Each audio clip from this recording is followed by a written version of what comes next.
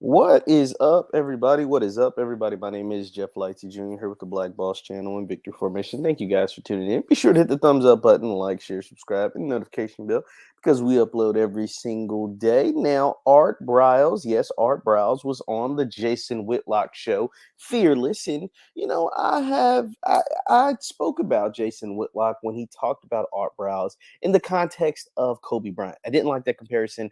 I said Jason Whitlock wasn't the most credible person when it comes to talking about Kobe Bryant, and I kind of showed why. But when it comes to this scenario, Jason did have an exclusive interview with Art Briles, and Art Briles kind of broke down more of his situation that took place at Baylor and his situation that took place at Grambling. Be sure to hit that thumbs up button, like, share, subscribe. We're going to talk about that right after the bumper. Stay tuned.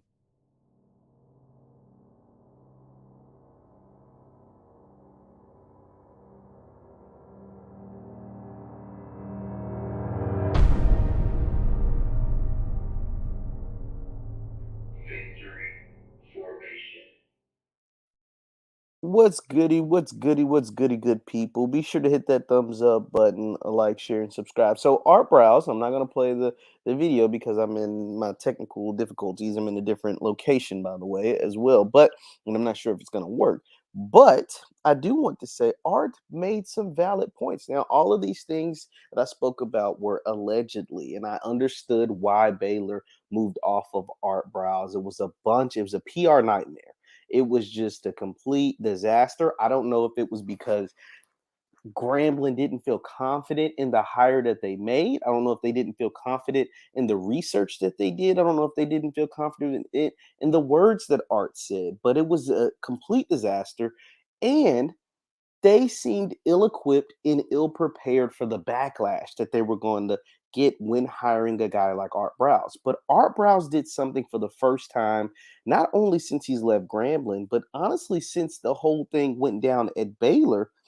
This is the first time I've heard him do something like this, what he did with Jason Whitlock in 6 years. He was fired from Baylor 6 years ago, and he kind of broke down more of his situation at Baylor that ultimately was the reasoning why he left the Grambling program. And he kind of left the door open.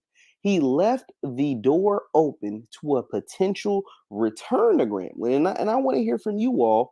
Should Grambling bring him back?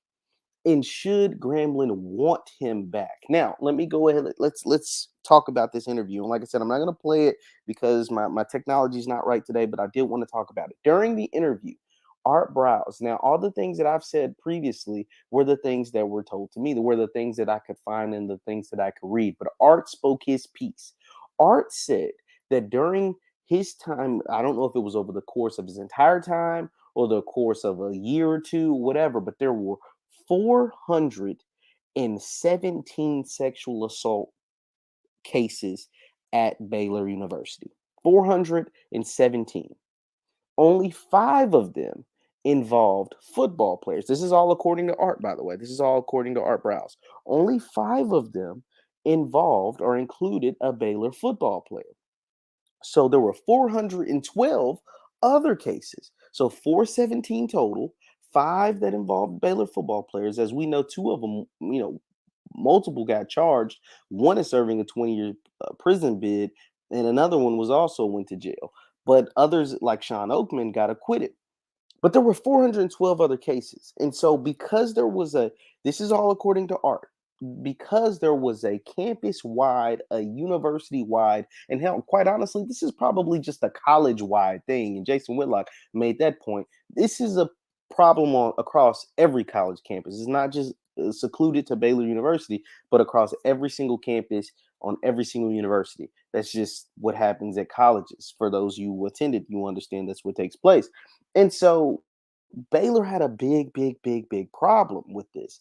And so it was easy for Baylor to pin, this is according to Art, by the way, it was easy for Baylor to pin the blame and to pin all of its issues on Art and the football team. It's like, hey, we as a university, this is according to Art once again, we as a university don't have a problem, but Art Browse and the football team do.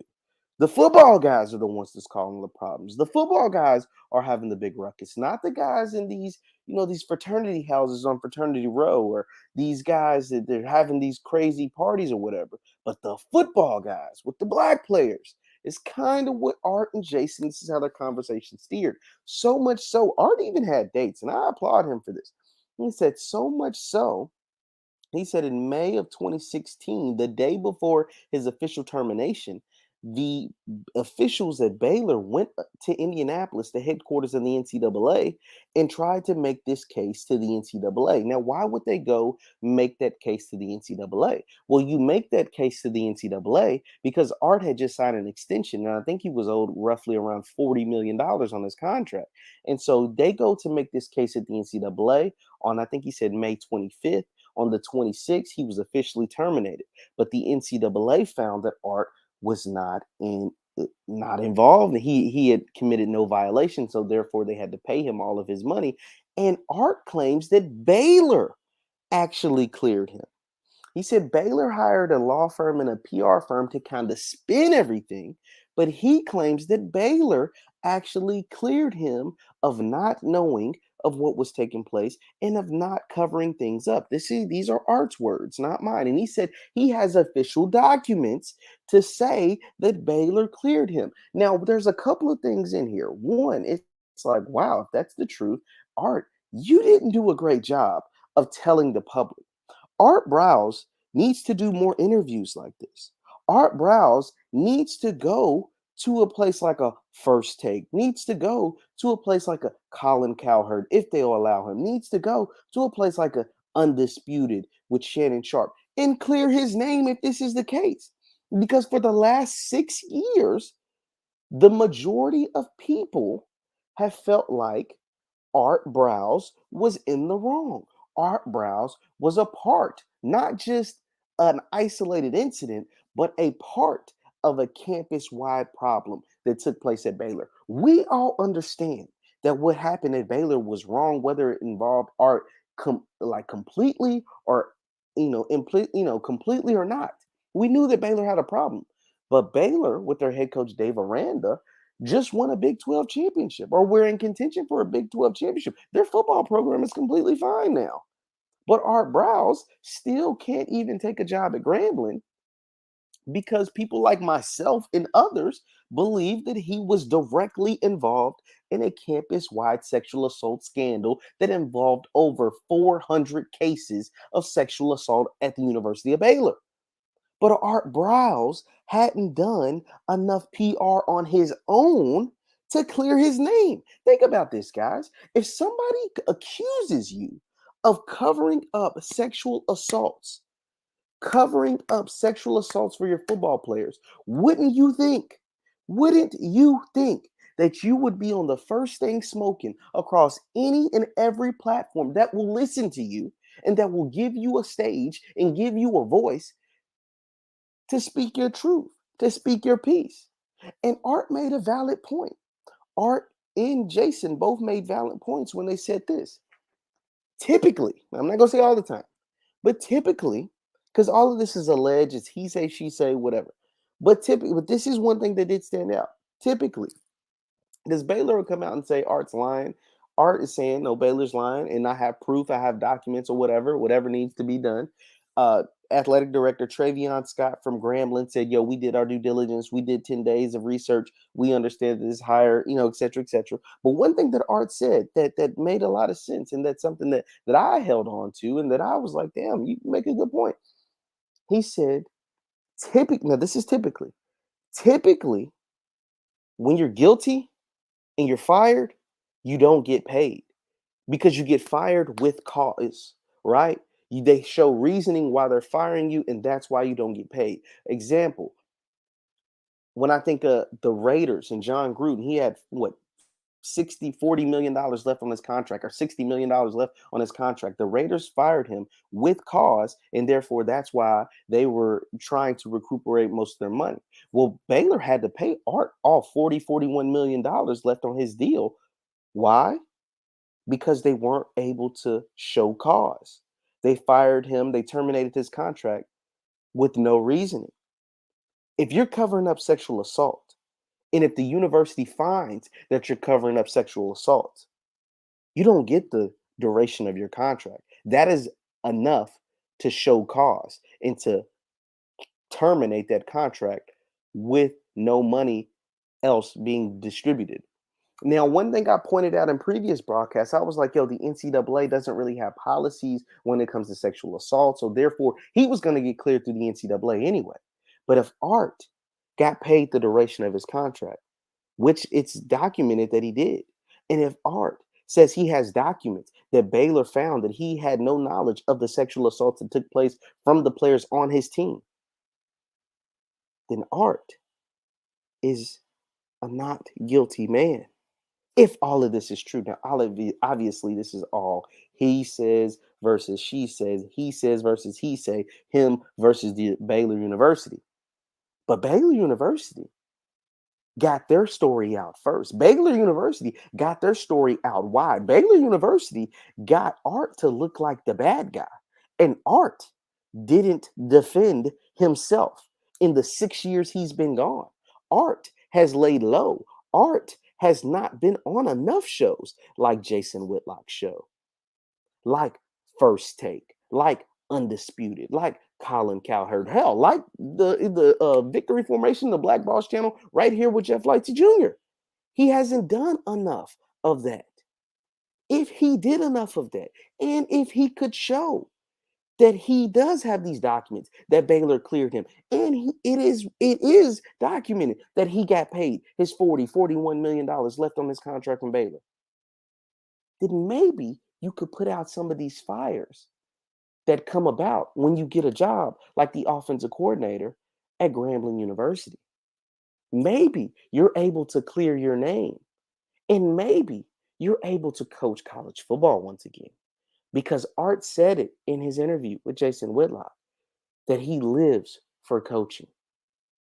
That when he got hired at Grambling, he actually worked at Grambling. I knew it for was at least a week he was there before he actually left. He said it was actually 2 weeks he was there before he ended up before it was made public to everyone.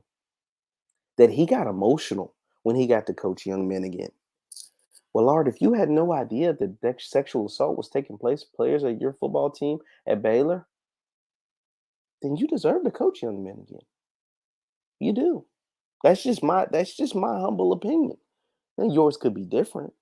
But if he is actually able to prove that he had no idea that his players were committing sexual assault, that out of the 417 cases, only 5 cases took place with Baylor football players, if this is true, now once again, this has to be true.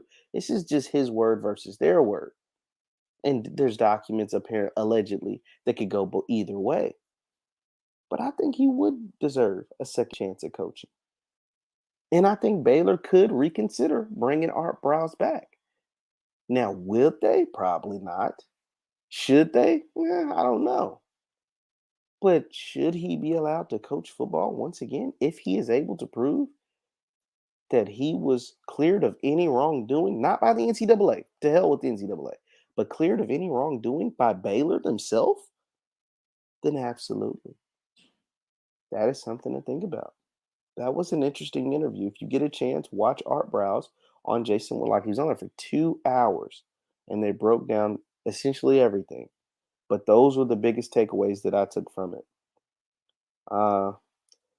AD Travion Scott of Grambling said they did their homework and they understood who they were getting when they hired Art Briles. I think AD Travion Scott, Hugh Jackson, and those guys didn't prepare enough for Art, didn't prepare enough for the backlash that they were going to get by hiring Art Briles.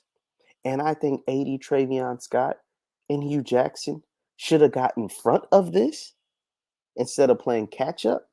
And I think if they wanted to validate the hiring of Art Briles, which most of the Graham fam was all for, by the way, Graham fam listening, you guys were all for. You guys were fans of this hire. I think they should have had Art on a media tour, going around to these shows that I've listed before, and then also black-owned shows like ours, like Roland Martin's. and talk about why he was cleared, what took place, just like he did with Jason.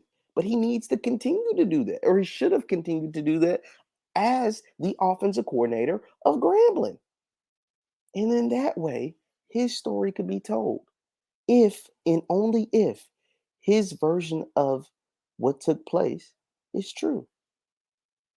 So those are my 2 cents on it. Leave your thoughts in the comments down below on Art Briles, on the Grambling situation. It was a complete disaster. But Art Brown, the disaster could have been avoided if they did this right, if they did this better initially. There's no way you go back and try to redo this because now you look dysfunctional. Now you look like you don't know what you're doing. Now you look like it's a clown show. It's more about the coaches and the entertainment and the circus that is all of this instead of the actual football and what we should be excited for, not only this spring, but also during the fall. So you can't double back on this although Art left the door open to doubling back on this. But man, oh man, hearing him speak, I was like, yo, maybe he was exonerated, not by the NCAA, but by the university. That makes a difference because that means he didn't condone this type of behavior when the narrative in any kind of documents that you can find online kind of depicts that he did condone it. But if he actually didn't, that makes a huge difference. And that even made my stance change. Leave your comments down below. Hit that thumbs up button. Once again, my name is JeffLightsyJr with the Black Boss channel and Victory Formation. Thank you guys for tuning in. Be sure to subscribe to my channel and the Black Boss channel right there on the screen. Thank you guys, and I will see you next time. Peace.